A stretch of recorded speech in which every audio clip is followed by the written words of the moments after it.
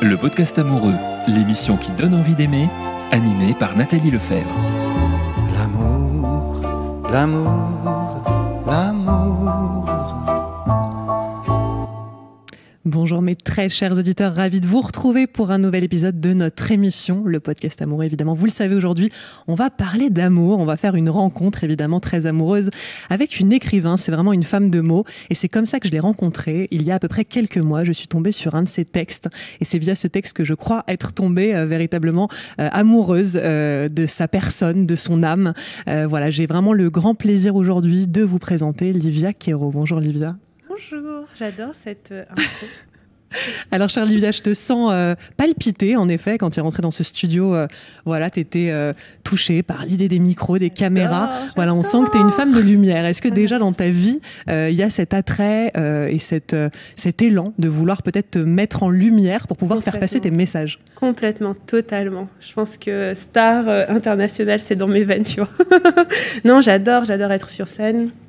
J'adore être sur scène, j'adore parler à des grandes salles, j'adore être filmée, j'adore me filmer, je me filme beaucoup, les photos, les photoshoots, tout ça, j'aime beaucoup. Donc je me sens bien dans un studio avec plein de micros et de la lumière. Et ça c'est mon élément, je me sens bien là. Ouais, carrément. Alors je le disais, tu es écrivain, j'ai envie de savoir comment dans ton parcours de vie, tu t'es mise à écrire. Ah, c'est une bonne question. En fait, j'ai l'impression d'avoir toujours écrit. Tu vois, j'ai commencé à écrire et à lire très très jeune. J'avais 2-3 ans quand j'écrivais mes premiers mots. Et la petite histoire, c'est que j'ai grandi en Guadeloupe et j'étais élevée par ma grand-mère, ma mère, mes tantes. Et j'étais très turbulente. Et donc du coup, pour me canaliser, on m'a appris à lire très tôt. Comme ça, on me mettait avec un bouquin et voilà, j'étais très calme. Et le premier bouquin que je l'ai appris par cœur, tu vois. Wow. Et j'étais pas encore à l'école en fait. J'avais probablement 2 ans et demi, 3 ans que je le connaissais par cœur. Et au fur et à mesure, j'ai appris à écrire et je commençais à écrire des petites choses, des petites histoires. Et je pense que ma première vraie histoire avec un début et une fin, je devais avoir 10 ou 11 ans. Et c'était juste que j'avais un imaginaire tellement fort et tellement de choses qui se passaient dans mon esprit que j'ai commencé à écrire. J'ai commencé aussi à écrire un journal quand ma mère m'avait offert mon premier journal. Je pense que j'avais pareil 9-10 ans. Et c'était comme ça que je faisais sens du monde, tu vois. Que beaucoup d'informations et écrire me permettait de tout canaliser. Parce que sinon, je comprends pas trop ce qui se passe, tu vois. C'est un peu, si j'écris pas, c'est comme si j'avais pas la capacité d'analyser. Mais quand j'écris, une fois que quelque chose est écrit, c'est intégré dans ma vie. Tu vois, donc mes posts que tu vois, quand c'est écrit, c'est que c'est là, c'est envoyé, c'est intégré dans qui je suis. Mais tant que c'est pas écrit, ça faut... C'est intéressant ce que tu dis. Ouais, un petit peu comme souvent quand on parle de poser ses intentions, hein, je sais pas, je pense aux périodes de pleine lune, de nouvelle lune où on voudrait vraiment positionner ses intentions, de les écrire, souvent on dit que ça a un caractère qui ancre en fait davantage. Bah ça c'est mon quotidien, tu vois, c'est-à-dire que je pose des intentions quotidiennes, tous les jours je décide de comment va être ma journée, de ce que je veux créer, je vis beaucoup avec l'idée que tout ce que j'ai désiré est déjà là, du coup je le laisse descendre et tous les jours je vais écrire la vie que je crée. Et clairement, la vie que j'ai, c'est celle que j'ai écrite. Et j'ai d'ailleurs un programme qui s'appelle J'écris ma vie. Et c'est littéralement ce que je fais chaque jour. Chaque jour, j'écris ma vie. Et quand elle est écrite sur le journal, je sais qu'elle se passe, en fait. C'est un petit peu magique, ésotérique. Mais tout ce que j'écris, en fait, la plupart de ce que j'écris arrive. Tôt ou tard, tu vois. Donc c'est très inclus dans ma vie. Ouais. Mais c'est très intéressant parce que c'est ce que j'ai ressenti chez toi. Tu es une sorte d'enseignante en fait de la manifestation, d'aider et d'accompagner les gens à comprendre qu'en fait ils ont un levier d'action en eux, un levier d'action de changement de leur vie. Et quand ils voient leur vie telle qu'elle est et telle qu'elle est illustrée, sûrement le fruit de leurs croyances conscientes et inconscientes, tu les aides simplement à dire voilà, je vais vous donner comme ça des moyens d'utiliser la baguette magique que vous portez à l'intérieur de vous. Et je pense que c'est une chose que j'ai réalisée que récemment, que c'était ce que je faisais. Mais à partir du moment où où j'ai commencé à écrire publiquement, mon message c'était créer votre vie, tu vois. Parce qu'on part d'un état où on n'est souvent pas très bien. J'ai rencontré beaucoup de gens qui voulaient changer de boulot, quitter leur relation, etc. Et quand tu pars de cet état où ça ne va pas, c'est très difficile de te projeter dans quelque chose de nouveau. Et donc tu ne vois pas comment tu vas y arriver. Et tout mon message, c'est incarner... C'est en fait comme si tu étais déjà là, parce que ça l'est. Si tu le sens en toi, ça l'est déjà.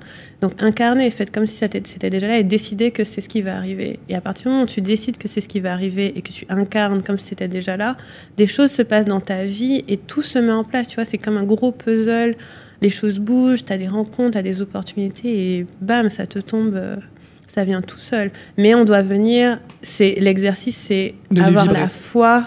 Voilà, avoir tellement la foi que si tu le vibres en toi, t'es là, mais ma vie, c'est ça et pas autrement. Et ça, c'est ce que je fais, moi, et il s'avère que, par accident presque, c'est ce que je transmets. Et que les gens voient de ma vie, ils voient que je crée littéralement ma vie chaque jour, quoi. Parle-nous de ton rapport à la foi. Est-ce qu'il a toujours été présent dans ta vie, même petite fille? Est-ce qu'il y avait des formes de croyances déjà dans ton existence? Pas tellement. Tu vois, quand j'ai grandi catholique, une famille assez religieuse, je fais tout mon catéchisme. Et j'étais pas très... Enfin, tu vois, j'y allais parce que c'était un peu comme l'extension de l'école, fallait y aller. Mais je peux pas dire que j'avais une foi, que c'était important dans ma vie. Et je pense que c'est devenu important ces dernières années quand, tu vois, tu te lances dans l'entrepreneuriat et il y a des moments où t'as pas d'argent, tu sais pas ce qui se passe, tu sais pas ce que t'es en train de faire, mais il y a un truc en toi qui te dit non, mais il faut y aller. Ou quand tu quittes une relation où t'es bien, mais tu sens qu'il y a autre chose qui t'attend, tu vois. Et c'est dans ces moments-là où j'ai compris la foi, où j'ai compris le fait de sauter sans savoir ce qu'il y avait. Et c'est vraiment ce chemin d'entrepreneuriat, d'écriture et aussi de vivre une vie, de choisir de vivre ma vie sans me retenir, c'est souvent ce que je dis, tu vois, qui fait que je suis obligée de faire des sauts de foi à chaque fois. À chaque fois, je fais des choses, je sais pas ce qui m'attend. Tu vois, je fais des trucs. Les gens se disent, mais elle est folle. Je sais pas que je suis folle, mais je sais pas. Je saute et je saute constamment. Et à chaque fois, il y a ce côté, est-ce que je me fais, tu vois, on parle d'amour, est-ce que je suis la peur ou est-ce que je suis l'amour? Et je suis à chaque fois l'amour. Même si ça peut paraître fou de l'extérieur, même si on se dit, mais elle fait n'importe... Il y a des gens qui pensent que je fais n'importe quoi.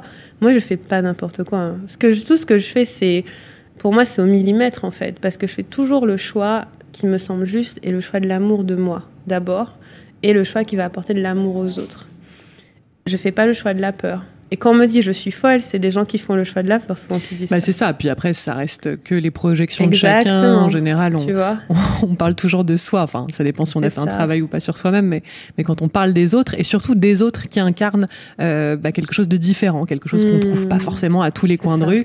Et moi, c'est exactement l'inverse qui me fascine. C'est-à-dire que j'aime rencontrer que des gens comme toi, qui m'ouvrent la voie, avec qui on vit des moments d'échange intenses qui nous grandissent. Et j'aime passer un moment avec quelqu'un et me dire, j'en ressors un peu grandi. Carrément, c'est sûr. Et c'est ça une vraie nourriture, je trouve, dans cette vie-là. Et je trouve que c'est important d'avoir sur Terre des personnes qui vivent courageusement, tu vois. Parce que c'est clairement pas la norme. Et je trouve que, en fait, ce que je ressens, c'est que je sens que c'est important que des personnes vivent courageusement. Et si je sens que c'est important, alors je dois vivre courageusement, tu vois. Je dois incarner ce que je désire voir dans le monde. Parce que c'est facile de regarder à l'extérieur et se dire il faudrait qu'il y ait plus d'entrepreneurs, ou qu'il y ait plus de femmes millionnaires, ou qu'il y ait plus d'artistes, ou qu'il y ait plus de ci, ou qu'il y ait plus de ça. Oui, mais ça commence par nous, tu vois. Donc moi, il y a cette vie de courage aussi que j'ai choisie, où je choisis toujours le courage. Pas facile, mais bon. Incarner ce que je désire voir. Notez cette phrase, je la trouve très puissante, mais comme beaucoup de phrases que Livia nous offre. J'aimerais connaître un petit peu plus ton rapport à l'amour et peut-être aux hommes. Alors pas qu'aux hommes, peut-être qu'il y a des femmes sur ce parcours amoureux. Raconte-nous un petit peu comment ça s'est passé, tes premiers amours, à quel moment ton cœur s'est mis à battre. Peut-être as-tu rencontré des premiers chagrins. Explique-nous les débuts. Ouais, en fait, j'ai pas eu tellement de chagrin d'amour, pour être honnête. Je pense que j'ai créé quelques chagrins d'amour. Comment ça a commencé? En fait, quand j'étais adolescente, alors j'étais toujours très romantique, tu vois. J'aime les histoires d'amour, j'en lisais. Je pense que mon rapport à l'érotisme a commencé très jeune, 9-10 ans. J'ai dû tomber sur des magazines, un truc comme ça. Je lisais tout Daniel Steele. Ma mère en avait plein, donc je lisais plein d'histoires d'amour et c'était très mental. Et mon premier petit ami, j'avais 14-15 ans. Et il m'a beaucoup couru après, genre des années. Il disait, tu veux être ma petite amie? Je disais, non.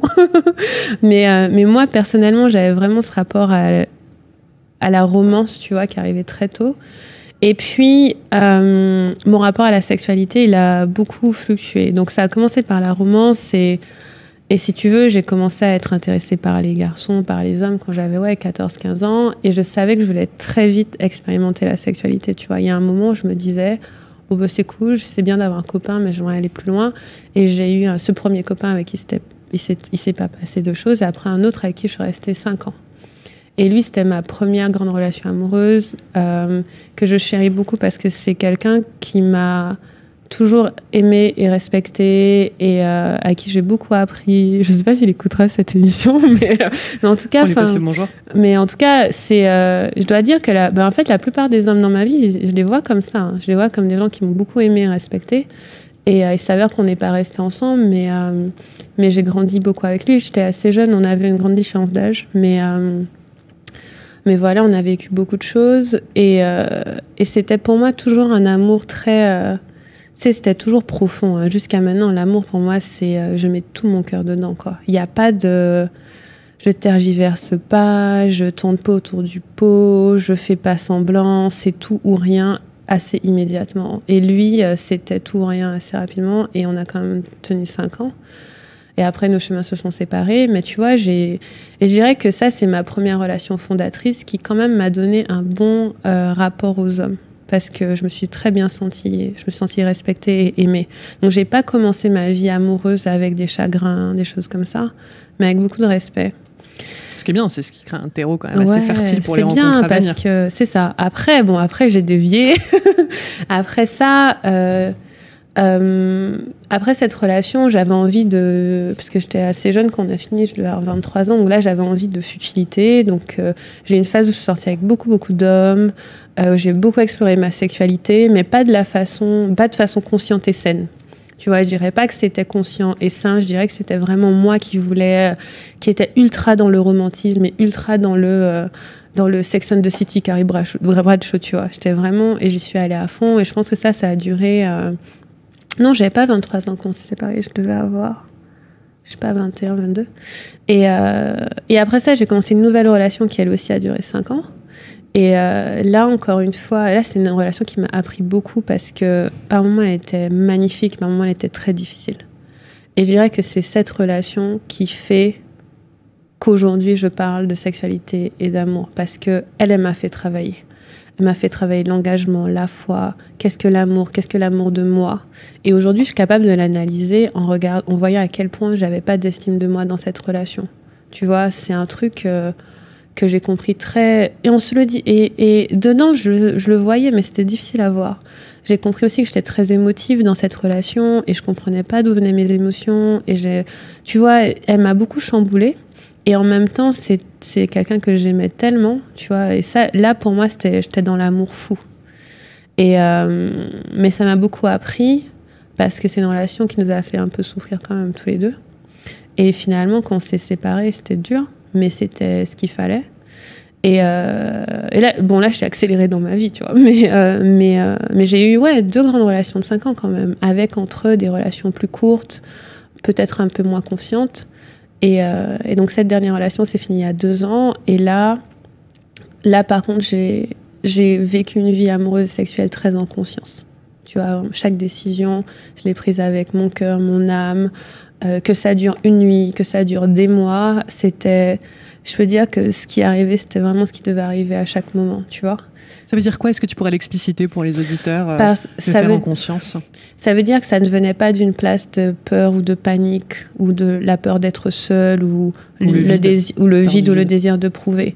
Alors la première chose que j'ai faite quand j'ai quitté cette relation, c'est que je suis partie 3 mois à New York. Parce que c'était mon rêve. Donc je suis partie d'abord 10 jours. Donc c'est vraiment Sex and the City. Ah ouais, non, mais total. Donc, je regarde beaucoup trop de séries. Et je suis partie 10 jours dans un premier temps et je tombe amoureuse de cette ville et je me suis dit, ok, il est temps que ma vie change. Je quitte Paris, je sais pas où je vais. Donc j'ai fait 2 valises. À chaque fois, je pars avec 2 valises. Je fais 2 valises. J'ai mis mes affaires en stockage et je me suis dit, je pars 3 mois à New York. Je sais pas ce que je vais faire là-bas. Je suis toute seule, je connais personne, mais j'avais vraiment envie d'expérimenter cette ville. Et honnêtement, New York m'a appris l'amour. Tu vois, je peux dire que cette ville m'a appris l'amour de moi parce que, par exemple, j'ai reçu un tas de compliments et c'est vraiment un truc d'Américain. De voir dans les « Oh my God, you're so gorgeous !» Tu vois, tous les compliments que je recevais dans la rue. Et il y a ce côté... Et je pense que ça se voyait que j'étais pas américaine, tu vois. Quand même si je suis noire, il y a un côté un petit peu européen qui est différent avec l'accent. Même mes cheveux, ils sont pas portés beaucoup comme ça à New York, très étonnamment, tu vois. Ils sont pas... Donc c'est comme si j'amenais un vent différent et il était reconnu. Et je me suis sentie vachement valorisée, reconnue par toutes les personnes que j'ai croisées. J'ai fait des voyages quand j'étais aux États-Unis et j'ai vraiment appris à m'aimer. Et j'avais posé l'intention de n'avoir aucune relation avec personne. Je voulais vraiment prendre soin de moi. Et je suis arrivée dans un petit Airbnb au fin fond de Brooklyn, genre perdu, mais hyper spirituel, avec des bons bouquins, avec plein de choses qui sentaient bon, enfin tu vois. Des bonnes vibrations. Des bonnes vibrations et des bonnes vibes. Et la fille, elle était carrément très spirituelle, ça se voyait. Et donc j'ai chopé un bouquin, c'était, je sais plus lequel, mais c'était sur apprendre à attirer l'amour en 7 semaines, je crois. Et les premiers chapitres, c'était vraiment sur l'amour de soi. Et là, je me suis dit, je vais m'aimer, mais comme jamais, tu vois, je vais m'aimer à fond. Et en parallèle, j'ai commencé à écrire à publier mes textes érotiques que j'avais jamais publiés avant. Et j'ai commencé. Que t'écrivais depuis longtemps. Que j'écrivais depuis des années, mais une part de moi, elle les a cachés inconsciemment parce que c'était pas un secret. Et si on me demandait, je le disais, mais je l'avais jamais publié. Et j'ai commencé à publier. J'ai publié le début de mon roman qui est sorti là. Et ces 3 mois, j'ai vraiment appris à m'aimer, tu vois. Et c'était vraiment un amour, mais radical. Pas dire du mal de moi, aimer mon corps, aimer qui j'étais, apprendre aussi la sexualité en solo que j'avais un peu mise de côté. Tu vois, quand j'étais en couple, je l'ignorais complètement. C'était radical. Et après, je suis revenue en Europe. Et l'amour de moi, ouais, c'est là où j'ai compris. C'est après cette relation, je me suis dit, je veux pas entrer dans une nouvelle relation en me sentant comme ça, en me sentant fragile, en voulant tout le temps être valorisée par quelqu'un d'autre. Donc c'est un chantier pour moi. Jusqu'à maintenant. Maintenant, ça va, c'est un peu intégré, mais ouais, c'est un gros chantier, l'amour. Et je pense que c'est important de le prendre sérieusement et de se dire, ok, je choisis de m'aimer, je choisis de faire ce qu'il faut. Surtout, moi j'ai un peu l'idée que c'est un chemin, comme dans un couple. En fait, souvent on nous dit on n'est pas acquis à l'autre et que le couple, il va falloir régulièrement raviver la flamme. Il faut comprendre que c'est exactement la même chose avec soi. Ça. En fait, c'est toute l'attention, la présence à soi quotidienne, qualitative, qu'on s'offre chaque jour. Et comme tu dis, peut-être le lien à son corps, peut-être, évidemment, même si on sent qu'il y a des moments où on a des pensées moins vibrantes qui nous traversent, mais c'est savoir avec amour et compassion, se dire voilà, on va transformer ça, on va aller vers le meilleur. Exactement, faire ce choix-là. Et je pense que c'est un choix, faire le choix de l'amour, parce que c'est un choix que je fais beaucoup, mais c'est un choix qui coûte parce que souvent tu vas aller à l'encontre de ce qui est attendu de toi, tu vas te confronter à beaucoup de jugements, c'est pas forcément le plus facile, mais c'est quand même pour moi celui qui a toujours été le plus gratifiant. Et jusqu'à maintenant, je ne peux pas dire que j'ai regretté toutes les fois où j'ai choisi l'amour. C'est impossible pour moi. Donc, voilà. Alors, tu nous parlais justement de ces textes érotiques que tu as commencé à publier à cette époque. Là, il y a la première partie, le tome 1 de ce roman que tu as écrit, Je ne sais pas être une femme, est là. Ouais. Raconte-nous un petit peu justement ce moment où, après la publication de ces textes, carrément, tu te lances dans l'envie d'écrire un roman à tendance poético-érotique. En fait, je l'ai écrit, ça fait 7 ans que je l'écris. Donc ça fait très longtemps que je l'écris, mais je n'avais pas prévu de le publier. Et en fait, c'est l'histoire de Ella. Il ne s'appelait pas comme ça, le livre, avant. Et il n'avait pas vraiment de titre. L'histoire d'Ella, j'ai commencé à l'écrire quand je travaillais à Londres. Je travaillais à la City dans une très grosse boîte et j'étais déprimée. Donc le matin, j'ai commencé à me réveiller plus tôt, 1 heure plus tôt, et je commençais à écrire. Et en fait, j'écris plein de scènes. Tu vois, plein de scènes, soit érotiques, soit des petites scénettes, en fait. Et de temps en temps, je me faisais un moment où j'écrivais des mots et des mots et des mots, ça faisait des chapitres, mais j'avais plein de petits passages. Et quand, du coup, début 2017, quand je commence à me reconnecter à moi, que je commence à dire que oui, j'ai des écrits érotiques, l'envie de reprendre ce roman est venue. Et j'avais écrit, je pense, 60-70 pages qui se tenaient, tu vois, à peu près. Et après, plein de scènes. Et je me suis dit, et c'était un roman, et quand parce que j'ai quitté mon job en 2013 à Londres, et j'avais cette idée de finir ce roman, mais en même temps, je ne l'ai pas vraiment fait. Je pense que j'avais pas eu, le courage, ou je sais pas, j'avais pas ce qu'il fallait à ce moment-là pour le faire. Et là, je reprends le début du manuscrit et je me dis, on va le finir. Et je l'ai fini, mais pas par étapes, en fait, parce que j'ai écrit un petit peu quand j'étais à New York, puis j'ai écrit un peu, tu vois, par bribes, et je l'ai finalement fini, c'était le 2 février de cette année. Et après, donc je l'ai fini, la première fois que je l'ai fini, c'était en décembre 2018, et après, j'ai réécrit au moins un tiers du livre, comme une dingue, pendant des heures et des heures, tu vois. Et là, je me suis dit, je veux sortir ce bouquin. Et il s'est écrit un peu tout seul parce qu'il y avait des morceaux, il y avait des scènes. Et il y a juste eu des moments où je me suis dit, je vais lui consacrer du temps, mais c'était c'était des moments très compacte, on va dire ça comme ça. Et ouais, j'ai eu envie de le... En fait, c'est après... moi, je pense que mi-2018, je me suis dit, je veux sortir ce livre parce qu'il est important. Et je crois aussi que j'avais un petit peu digéré ma rupture assez pour l'écrire. Parce qu'il réveillait beaucoup de choses en moi aussi. Le fait de l'écrire réveillait beaucoup de blessures et c'était pas forcément facile de le faire. Mais voilà, et du coup... Il a attendu son timing. Voilà, son timing était finalement parfait parce que je peux me mettre derrière et je peux le soutenir, en fait, alors qu'avant, j'aurais peut-être été moins capable. Et puis, il me ressemble plus je trouve qu'il me ressemble beaucoup plus que ce qu'il aurait pu être. Enfin, c'est obligé, forcément. Je l'ai écrit récemment. Non, mais tu l'as fait évoluer avec toi. Voilà, c'est ça. Et il a évolué avec moi parce que 7 ans d'écriture, c'est une grosse partie de ma vie quand même. Donc ouais, ça s'est fait un peu comme ça, un petit peu de façon assez organique finalement. J'ai envie qu'on évoque, on donnera de toute façon à la fin de l'émission ce livre et l'autre que tu as édité chez Erol. Je sens beaucoup dans ton lectorat, alors j'imagine peut-être tes lectrices de livres papier, mais aussi bien les lectrices qui te suivent sur les réseaux sociaux, que tu viens comme libérer l'énergie de la sexualité pour les femmes. Est-ce que tu sens qu'aujourd'hui, en 2019, malgré le fait que notre société a l'air d'évoluer, que les corps se dénudent, qu'il y a quand même encore un souci et peut-être justement en termes d'intimité. Est-ce que tu penses que cette société a encore un problème avec l'idée de l'intimité émotionnelle, physique, à l'autre et à soi-même finalement? Oui, clairement. clairement, on n'y est pas encore. Il y a des choses qui se passent et ça bouge, donc je suis contente, tu vois. Il y a beaucoup de comptes Instagram notamment qui parlent de sexualité, qui donnent une espèce d'autorisation à être un être sexuel pour les femmes. Il y a moins ce côté... voilà, une femme est prude, une femme se protège. Il y a plus l'acceptation que on va plus voir des femmes dire j'aime le sexe, j'aime me donner des orgasmes, j'aime me masturber. Ça se voit beaucoup plus. Et ça, j'en suis très très très heureuse parce qu'il y a 2-3 ans, c'était pas le cas.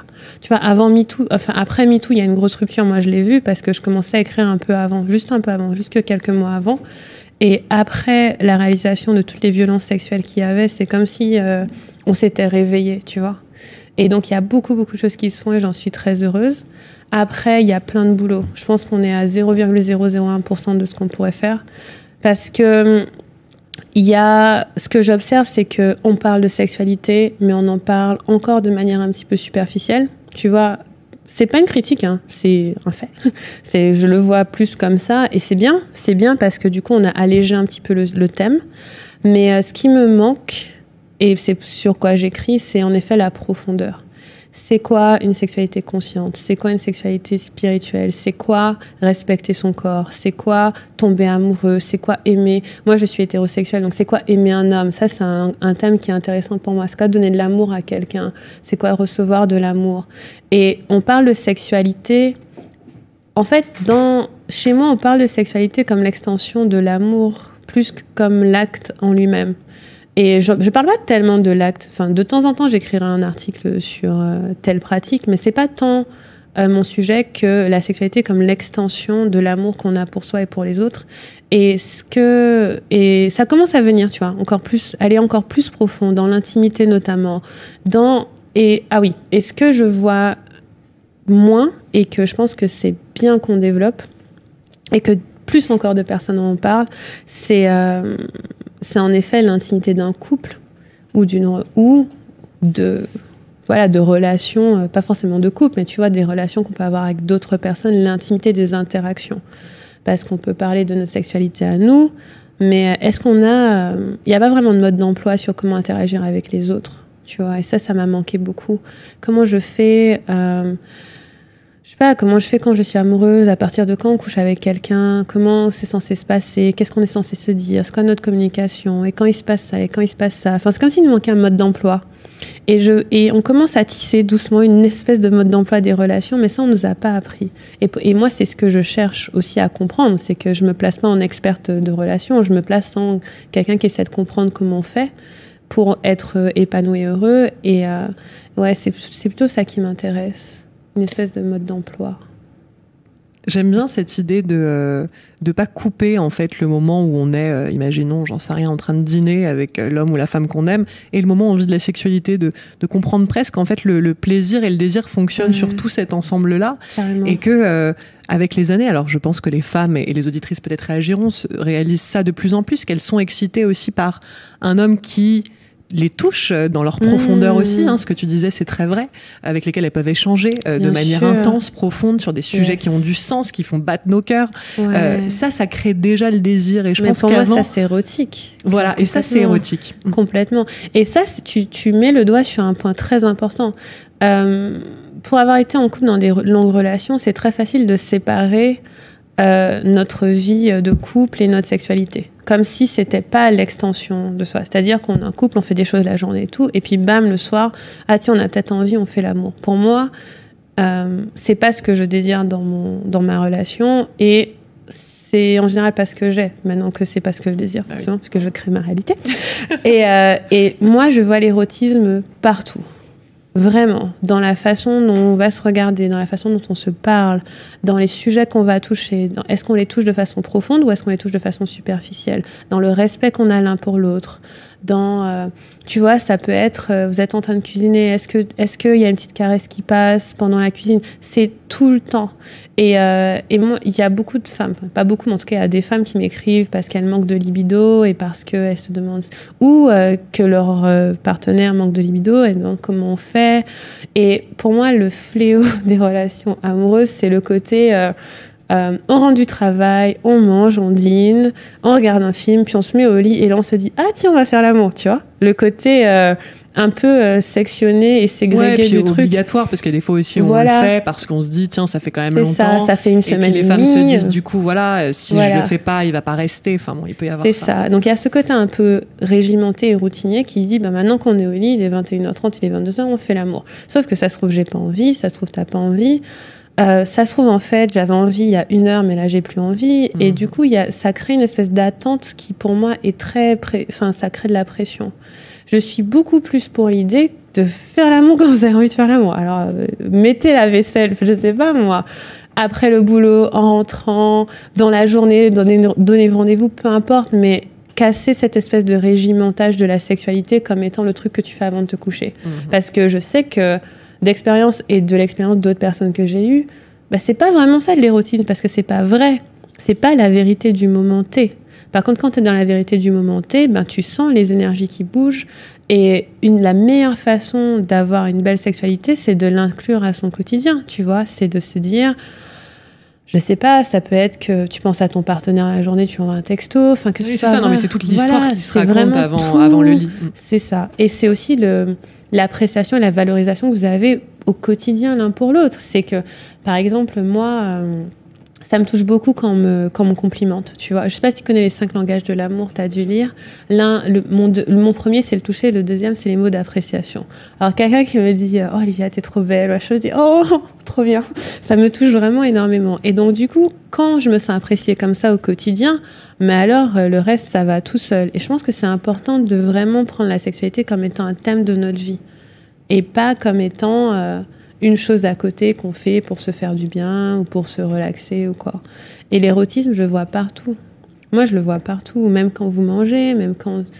Ouais, c'est... Bien sûr, puis les attentions, c'est, comme on disait, la présence aussi qualitative à l'autre. Exactement. Moi, je trouve que quand on comprend aussi, et c'est vrai que bon, il y aurait tout un débat, on pourrait refaire une émission toutes les deux là-dessus, mais les hommes parfois sont beaucoup critiqués, mais c'est vrai que c'est pas simple aussi, et je pense qu'on doit, nous, en tant que femmes conscientes, faire de nos amoureux, puisqu'on les a manifestés et attirés à nous, d'en faire des héros et de savoir les valoriser, voilà, évidemment les complimenter. C'est pas juste un truc que les femmes attendent de la part des hommes, ça va dans les deux sens, évidemment. Ça va dans les deux sens, et moi je trouve que cette attitude de gratitude, tu vois, et d'appréciation, elle est hyper importante, et de respect fondamental de la personne. Et l'admiration aussi, c'est important, tu vois, avoir quelqu'un que tu admires, avoir quelqu'un qui te fait kiffer, même en général dans sa vie.